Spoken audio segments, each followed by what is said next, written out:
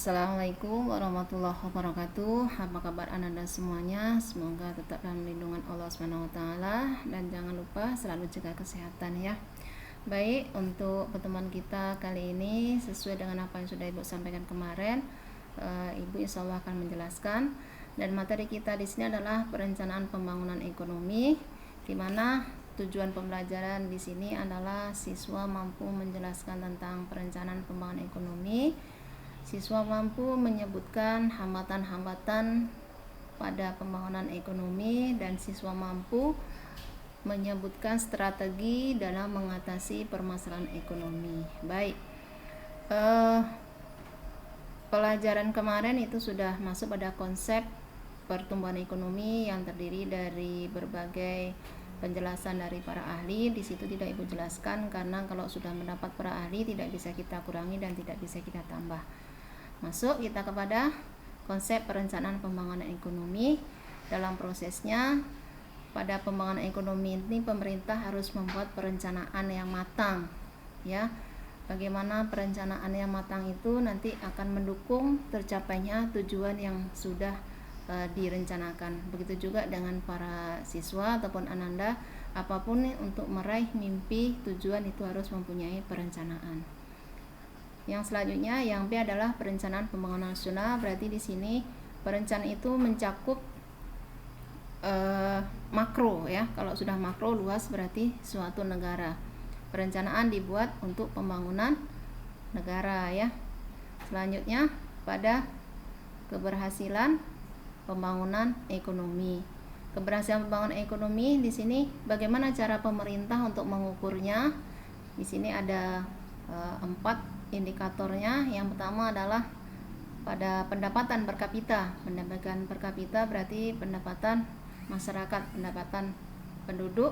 Kemarin sudah kita pada pendapatan nasional sudah kita cari, rumusnya adalah GNP dibagi dengan jumlah penduduk, maka akan didapatkan pendapatan per kapita. Selanjutnya di sini ada struktur ekonomi. Struktur ekonomi ini adalah bagaimana adanya perubahan dari struktur agraris ke struktur industri. Jadi kalau sudah ada perubahan pada masyarakat itu lebih menuju ke masyarakat industri, berarti pembangunan ekonomi itu berhasil. Selanjutnya adalah urbanisasi. Mungkin Anda sudah tahu bagaimana adanya perpindahan masyarakat dari desa ke kota. Ini terjadi karena apa? Masyarakat merasa bahwa mata pencaharian dari petani itu belum bisa menjamin, sehingga mereka akan beralih kepada sektor industri. Ini biasanya terjadi di kota-kota besar ya. Kalau di Indonesia biasanya ada di Jakarta. Selanjutnya di sini ada angka tabungan. Angka tabungan apabila masyarakat itu sudah memiliki angka tabungan yang tinggi karena adanya perubahan pada struktur ekonomi, maka pembangunan ekonomi dikatakan berhasil. Selanjutnya indeks kualitas hidup ya. Nah, yang keenam adanya indeks pembangunan manusia. Ini didasarkan pada 3, ada umur panjang dan hidup sehat. Jadi kalaupun kita umur panjang tapi tidak sehat, ataupun banyak uang tapi tidak sehat, itu sama saja bohong. Jadi ada umur panjang dan hidup sehat, ada pengetahuan dan standar hidup layak. Jadi ketiga inilah fondasi yang membentuk indeks pembangunan manusia. Dan yang paling siswa tekankan adalah setinggi apapun pendidikan seseorang, kalau tidak didukung dengan akhlakul karimah, maka dia tidak akan bermanfaat bagi dirinya ataupun bagi orang lain. Selanjutnya adalah faktor-faktor yang mempengaruhi pembangunan ekonomi. Ini tujuan pembelajaran yang kedua, siswa mampu menyebutkan faktor-faktor yang mempengaruhi pembangunan ekonomi. Yang pertama adalah sumber daya alam, yang kedua sumber daya manusia. Sumber daya alam di sini Indonesia terkenal dengan sumber daya alam yang sangat banyak ya. Cuman untuk mengolahnya belum bisa maksimal karena adanya keterbatasan pada sumber daya manusia yang mempunyai skill, yang mempunyai keahlian yang tinggi. Kita sumber daya manusia terkenal dengan kuantitas yang banyak, tapi untuk kualitasnya kita masih belum seimbang. Selanjutnya pembentukan modal visi. Pembentukan modal visi ini bisa berbentuk adanya jembatan, jalan yang bisa membantu akses produktivitas masyarakat. Selanjutnya teknologi. Teknologi ini akan mendukung misalnya yang selama ini masyarakat membajak sawahnya dengan sapi, itu akan beralih kepada traktor ya, teknologi yang mendukung, dan ini sangat mempengaruhi pembangunan ekonomi. Selanjutnya ada menilai prestasi pembangunan ekonomi. Bagaimana cara menilainya? Tentu dengan adanya perubahan pada, bisa dikatakan salah satunya, pendapatan per kapita.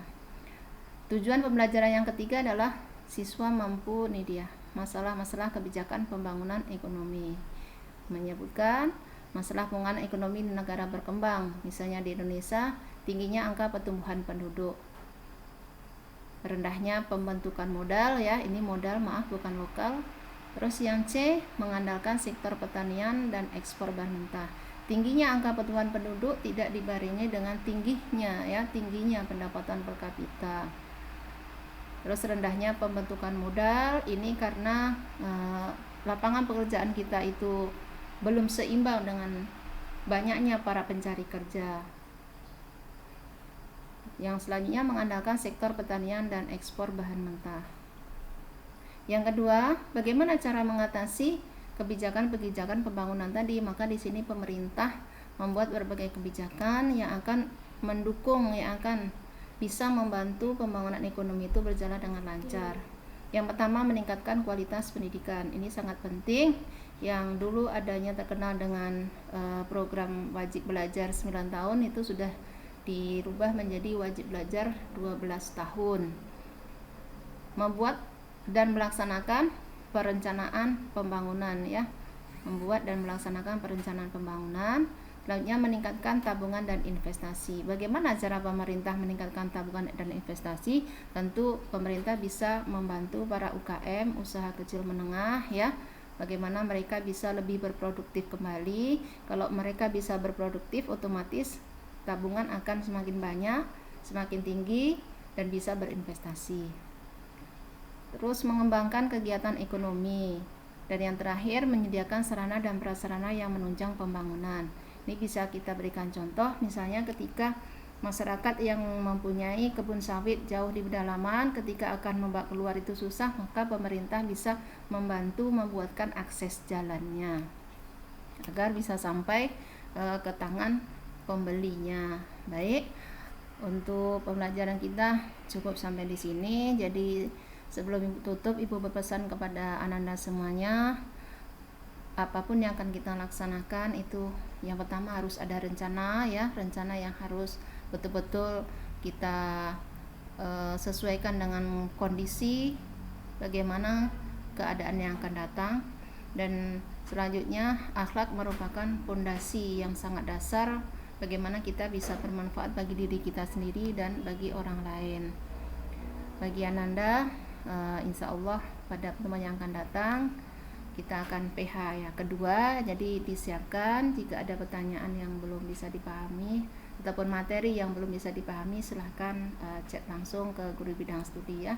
Yang belum menyelesaikan tugas, Ibu mohon segera diselesaikan agar bisa tuntas nanti nilainya, dan yang sudah Ibu ucapkan terima kasih. Baik, untuk pembelajaran kita saat ini cukup sampai di sini. Semoga bermanfaat, dan Anda jangan lupa untuk tetap semangat dan ceria selalu. Apabila dari Ibu ada salahnya, Ibu minta maaf. Nasrul minallah wa fathun qarib. Assalamualaikum warahmatullahi wabarakatuh.